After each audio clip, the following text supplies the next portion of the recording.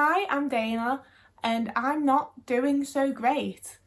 And I think it's important to share and talk to people, but I can't afford therapy, so I talk to a camera and then people comment on YouTube. It's working out well for me. But today, I wanted to talk about anxiety and intrusive thoughts, because I've only very recently realised that I have intrusive thoughts. I thought everyone had them. I thought that was a normal part of being a human person. And then I got TikTok and found out that it's really, really not. I've had intrusive thoughts for as long as I can remember. Like, I remember being like in primary school in like maybe year 3. That's like the earliest I remember in my life as well, to be fair. And I remember being like, I could stab someone with this pencil. Should I stab myself with this pencil? Should I stab this pencil into my leg? And I have these very like circular, I don't know if that's the word, but like each intrusive thought sort of stems from the last one, you know? It's, I could stab someone with this pencil. Oh, I could stab myself with this pencil. Oh, should I just dig it into my thigh? Oh, what would happen if that happened? Oh, what if I like stabbed myself with this compass? You know, it all stemmed from the same part. And because I've had that for so long, I thought everyone had that. And you know, they're kind of the easier ones for me, because I'm very aware that like I don't want to hurt anyone. I don't particularly want to hurt myself most of the time anymore. So I know that they're like I say, I thought everyone had these weird thoughts of, I could do this. But you know that you're not actually going to do that thing. But the ones that stress me out and make me anxious and that I want to talk about today is that this thing's about to happen, intrusive thoughts. So I think one of my best examples for that's one of the most recent ones. And that's that while I was at a large event with a lot of people, I went out for a smoke break because I started smoking because I'm anxious, and it means that I can leave a situation that I'm going for a smoke and it's not as awkward.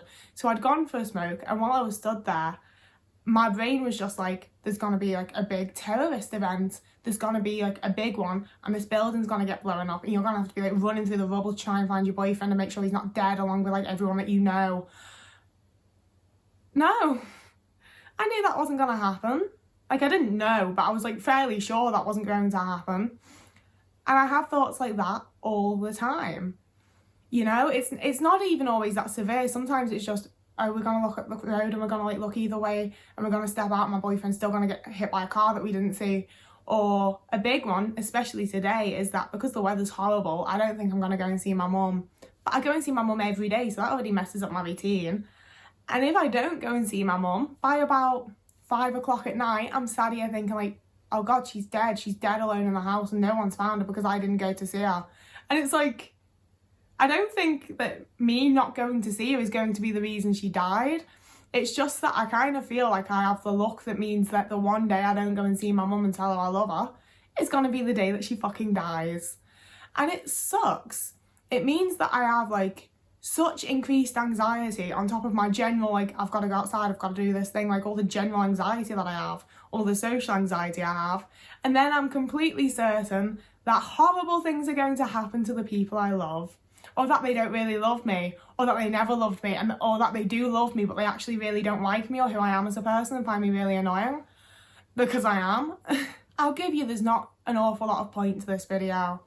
I just really feel like I need to talk about it, and this is the best option I've got. And I also think that there's probably lots of other people that are also feeling this way. And, you know, when I watch people explain how I feel in a video, it makes me feel a lot better. And when people comment on my videos saying like, oh, I feel like this too, or like, I know such and such that feels like this, or oh, I felt in this similar way, that helps me. That makes me feel less alone and makes me feel better.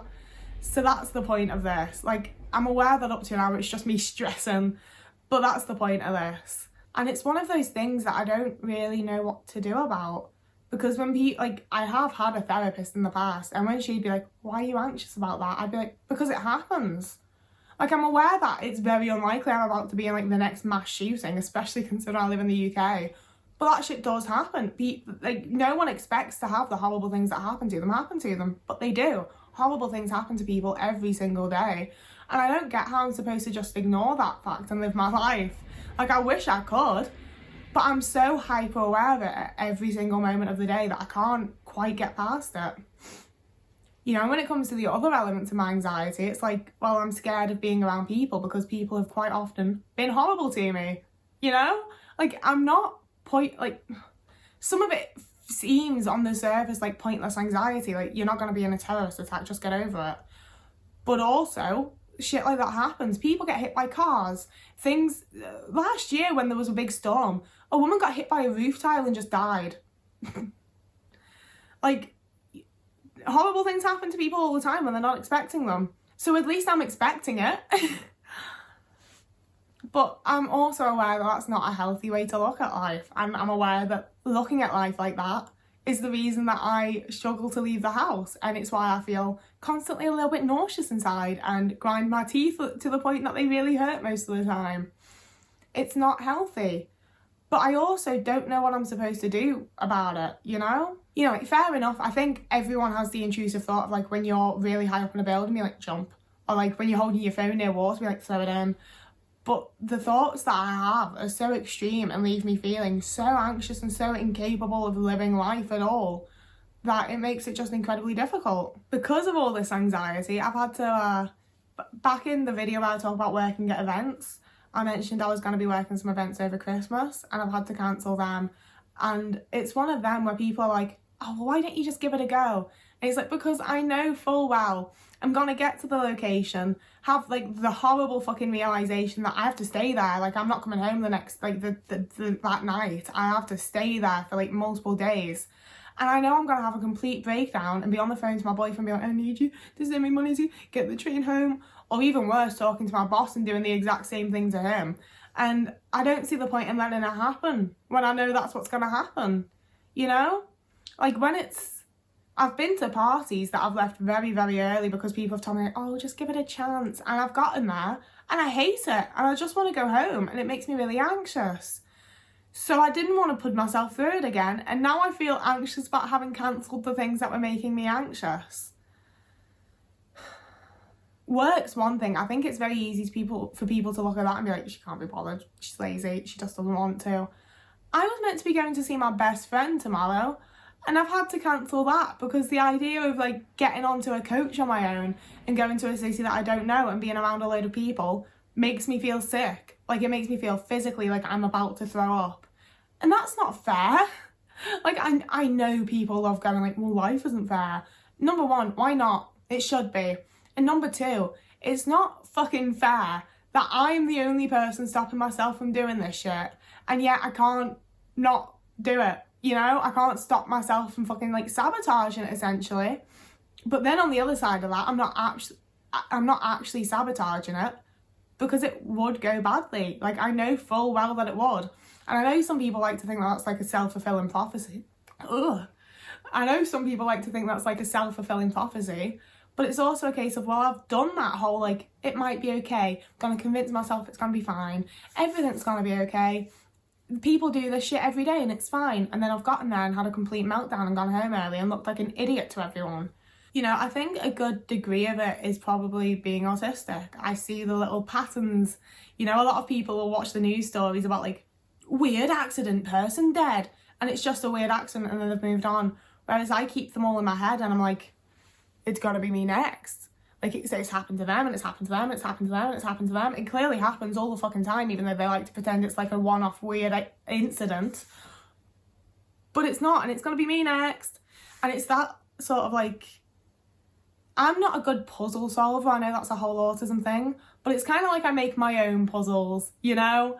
And the final slot is me having something horrific happen to me. But I just don't understand how everyone doesn't see it like that, you know? I don't understand how everyone isn't terrified of something horrible happening when horrible things happen all the time. And I suppose you've got to just suck it up and live with it because otherwise you're stuck in your house making YouTube videos instead of seeing people, socialising or having a life. But I don't get how people do that. And I really wish I did. And it just feels like it's getting worse and worse for me. Like, my anxiety is just building and building and building. And I don't know when it's gonna end. It feels a lot like being in that tunnel in Willy Wonka, you know?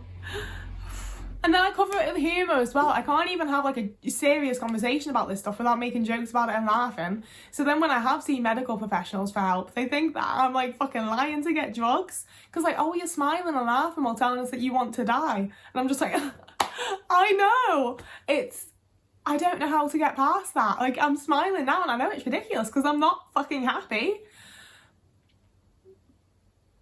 But I don't know how to be a serious, emotional person.